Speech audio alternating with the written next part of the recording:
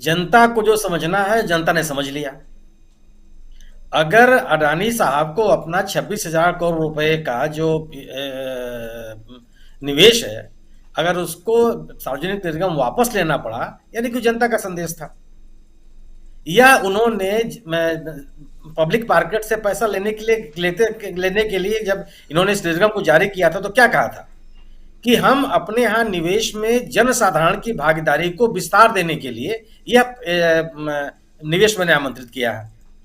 और जब वह निवेश बंद हुआ, उसमें केवल उनके लक्ष्य के विपरीत केवल 11% लोगों ने निवेश किया। परिणाम क्या हुआ कि उन्होंने उस निवेश को वापस कर लिया और रद्द कर दिया। जनता ने और बाजार ने बहुत अच्छे से समझ लिया कि अडानी की स्थिति क्या है, पूरी कंपनी की। मैं भारत के वित्त मंत्री की बात को अविश्वास करने का मैं कोई कारण नहीं मानता। इस देश की संवैधानिक पद पर वो बैठी हुई हैं, भारत के संविधान का शपथ ग्रहण के नाम पर शपथ लेकर के इस देश की वित्त मंत्री हैं। 75 साल पुराना है हमारा लोकतांत्रिक गणराज्य है, बिल्कुल सही है। आप कह रही हैं कि कोई गड़बड़ी नहीं हुई है, एकदम सही बात है। सवाल है कि अगर किसी अंतर्राष्ट्रीय जांच एजेंसी ने, शोध एजेंसी ने अगर कुछ सवाल पैदा किए हैं भारत में पंजीकृत एक उद्योग समूह को लेकर के, तो क्या उसका जवाब नहीं दिया जाना चाहिए? कोई नहीं, मैं बिल्कुल कोई नहीं मानता कि सरकार इसमें शामिल है। लेकिन अगर सेल कंपनी बना करके कोई उद्योगपति अपने शेयर की कीमत को मनमाने तरीके से और कृत्रिम तरीके से उसकी कीमत बढ़ाता रहा है, तो क्या यह आपके सामान्य निवेशकर्ता के प्रति धोखाधड़ी नहीं है? क्या यह आपके जो सरकारी नियम है, जो आर्थिक विपणन के नियम है, आर्थिक निवेश के नियम है, क्या उन नियमों का उल्लंघन नहीं है? अगर क्या आप भारतीय नागरिकों के साथ एक तरह की धोखाधड़ी नहीं की गई, उनको गुमराह नहीं किया गया? और भारतीय निवेशकों के हितों की रक्षा की जिम्मेदारी किसके ऊपर है? अगर अगर नियामक संस्थाएं, सेबी, आरबीआई, ईडी, डीआरआई जो संस्थाएं हैं, अगर वो अपने काम, अपने दायित्वों का निर्वहन नहीं कर रही हैं, तो उस पर निगाह रखने की जिम्मेदारी किसकी है? सरकार की है। और सरकार अगर निष्क्रिय होती है तो निश्चित रूप से इसके ऊपर सवाल पैदा होते हैं। अगर 70 से 75% जो बात धनंजय जी ने कही, अगर अडानी के शेयर, कंपनी के शेयर मार्केट गिर जाते हैं, तो क्या यह अनायास है?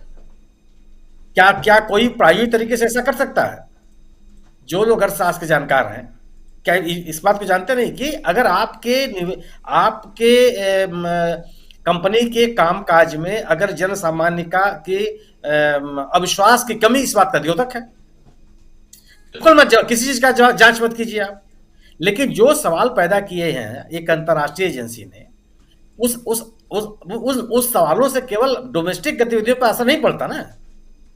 यह भारत सरकार के अपने अस्तित्व के, उसके साख के ऊपर सवाल है कि भारत सरकार क्या अपने यहाँ पंजीकृत कोई अगर कंपनी है, औद्योगिक कंपनी है, उद्योग चलाने वाली कोई प्रतिष्ठान है, तो क्या उसके ऊपर आर्थिक नियमों को लागू करने की जिम्मेदारी भारत सरकार अपने ऊपर नहीं लेती? क्या उस कंपनी को मनमाना करने का अधिकार है?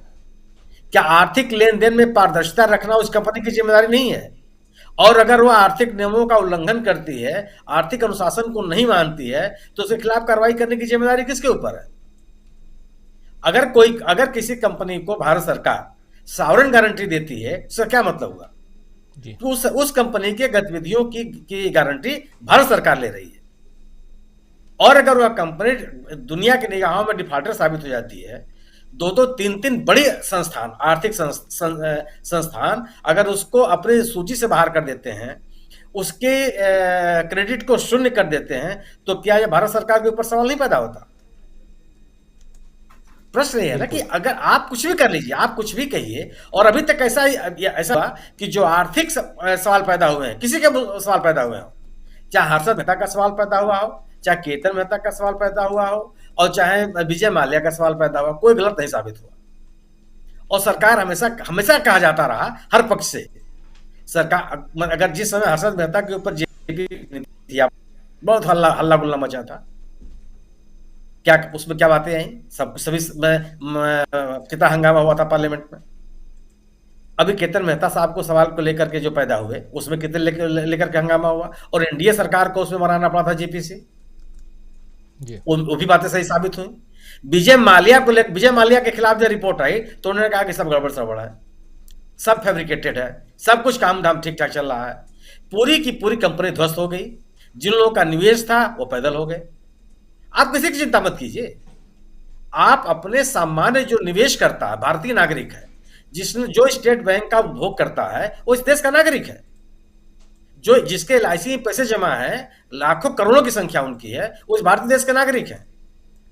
आप उनकी चिंता कीजिए ना। जिन जिन जिन लोगों ने महंगे कीमतों पर अडानी के शेयर खरीदे थे, 3-3 हजार 4-4 हजार रुपए कीमत के, आज अगर उनकी कीमत 1,000 और 750 800 रुपए हो गई है, जो उनका आर्थिक नुकसान हुआ, उसके हितों की सुरक्षा करने की जिम्मेदारी किसके ऊपर है? और अगर आप इन जिम्मेदारियों से बचने का प्रयास करते हैं तो निश्चित रूप से सरकार के ऊपर आ जाएगी। क्योंकि जो जिन जिन लोगों के हित, आर्थिक हित प्रभावित हो रहे हैं, वो इस देश के नागरिक हैं, बाहर के लोग नहीं हैं। आप ठीक है, जो विदेशी निवेश करता है अडानी के, उनकी चिंता मत कीजिए, वो अपना जाने समझे। लेकिन विदेशी निवेशकर्ताओं ने आपके ही साख पर, यानी कि आपने जिनको भरोसा दिलाया, आपके ही साख पर उन्होंने इस कंपनी में निवेश किया। जी।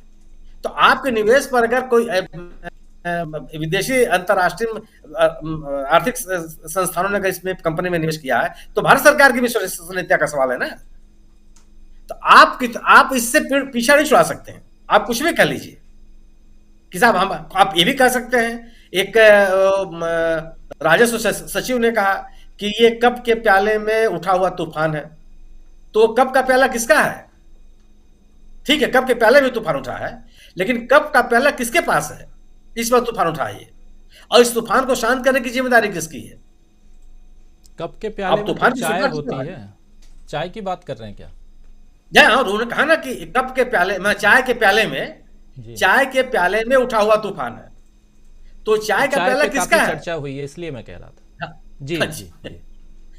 तो अगर आप ये स्वीकार तो कर रहे हैं ना कि वो तूफान उठा है, चाय के प्याले में उठा होगा, बात सही, चाय के प्याले में उठा, लेकिन तूफान उठा तो, और वह चाय का प्याला किसके हाथ में है, और उस तूफान को शांत करने की जिम्मेदारी किसकी है? अगर सरकार अपनी प्रतिष्ठा को बचाना चाहती है दुनिया के पैमाने पर, ठीक है, आप नागरिक आपके ऊपर विश्वास करता है कि साहब आप जी। राष्ट्र हित के खिलाफ कुछ नहीं सोचते हैं, कब तक? क्या ऐसा कोई व्यक्ति है जो अपने आर्थिक नुकसान की चिंता नहीं करेगा? वो जो उसने निवेश किया उसकी चिंता वो नहीं करेगा। आप उसको दुनिया के नारे में उलझा के रख लेंगे। आप यह कह करके बच जाएंगे कि एक भारतीय उद्योगपति के खिलाफ ये साजिश, उस साजिश को नाकाम कर दीजिए। मान लिया, मैं मान लेता हूं कि आपका आरोप सही है कि वो साजिश है, तो उस साजिश को नाकाम कैसे कर सकते हैं आप? इस साजिश के तहत जो सवाल पैदा किए गए हैं उनके जवाब दे दीजिए आप। अगर वो शोध कंपनी ये कहती है, सेल कंपनी अपने आप को कहती है कि सब सेल कंपनियों के माध्यम से अडानी ने व्यापार किया है और अपने शेयर की कीमत को मनमाने तरीके से उसकी कीमत बढ़ाई है, आप कहिए कि साहब कोई सेल कंपनी नहीं है। यह सरकार तो अपने अस्तित्व के दिन से, यानी 2014 से ही कहती रही है कि हम शेल कंपनियों को नहीं चलने देंगे। संसद में वित्त मंत्री ने कितनी बार कहा कि हम किसी सेल कंपनी को अलाउ नहीं करेंगे। और यह आरोप में लगाया गया है कि अडानी की कई सेल कंपनियां हैं जो विभिन्न राज्यों, विभिन्न देशों में कार्यरत हैं और उनके भाई और इनके सगे रिश्तेदार संचालित कर रहे हैं। आप इस आरोप को खारिज कर दीजिए। आप ये कहिए कि साहब यह कंपनी अपना ही पैसा बार बार नहीं लगाती है अपने में और अपने शेयरों की कीमत बढ़ाती है, यही तो आरोप आपके ऊपर है। और जो शेयर के पैसे लगते हैं उसके तो रास्ते क्लियर है ना, मोड ऑफ पेमेंट तो क्लियर है, बैंक के माध्यम से पैसा जमा होता है। अब कहीं नहीं साहब, बिल्कुल नहीं, गलत बात है। आप ये बताइए, अगर ये लोग कह रहे हैं कि इसमें सर्वाधिक पैसा अडानी के उद्योगों में सबसे ज्यादा पैसा भारत सरकार का लगा हुआ है या सरकार नियंत्रित वित्तीय संस्थानों के हैं, आप कहीं गलत आरोप है। ये म्यूचुअल फंड का इतना पैसा लगा हुआ है, निजी निवेशकर्ताओं का इतना पैसा लगा हुआ है, विभिन्न उद्योगपतियों के इतने पैसे लगे हुए हैं, सभी आरोपों को खारिज कर दीजिए। अंतर्राष्ट्रीय साजिश अपने आप खत्म हो जाएगी। आपके कहने से थोड़ा कोई मान लेगा। अगर आप किन्हीं आरोपों को खारिज करते हैं तो उस खारिज करने के पीछे आपको अपने तथ्य देने पड़ेंगे। अडानी समूह ने जो खंडन जारी किया केवल 16 आरोपों का जवाब दिया, और वो भी 16 आरोपों को उस जो रिसर्च करने वाली कंपनी है उसने खारिज कर दिया कि ये पर्याप्त जवाब नहीं है। तो ऐसे नहीं चलने वाला। इसलिए जो इसकी आप जांच का जितने इस जांच में देरी होगी, निश्चित रूप से जांच कराने के लिए सरकार जल्दी तैयार नहीं होगी, क्योंकि अब किसी जांच के लिए जल्दी तैयार होते नहीं है। अब तक पिछले 7-8 सालों में देखा गया है कोई जांच कराने के लिए जल्दी तैयार नहीं होते। लेकिन जितनी देर करेंगे उतनी ही सरकार की शिक्षा ले दे रहा है, क्योंकि सवाल सरकार की अस्मिता के ऊपर है, सवाल सरकार की नीयत के ऊपर है। सवाल इस बात का है कि सरकार अपने नागरिकों की रक्षा करेगी या एक निजी उद्योगपति की रक्षा करेगी, किसके साथ खड़ी होगी? सरकार अपने नागरिकों के लिए बनी हुई है कि एक गिने चुने व्यक्तियों के लिए बनी हुई है? ये बहुत बड़ा इनके ऊपर प्रश्न है। और इसलिए अगर जितना इसमें विलंब होगा उतना ही सरकार की शिक्षा ले जा रहा है, और मुझे नहीं लगता है कि इस अपने दायित्व से बच पाएंगे। जी जी, बिल्कुल सही।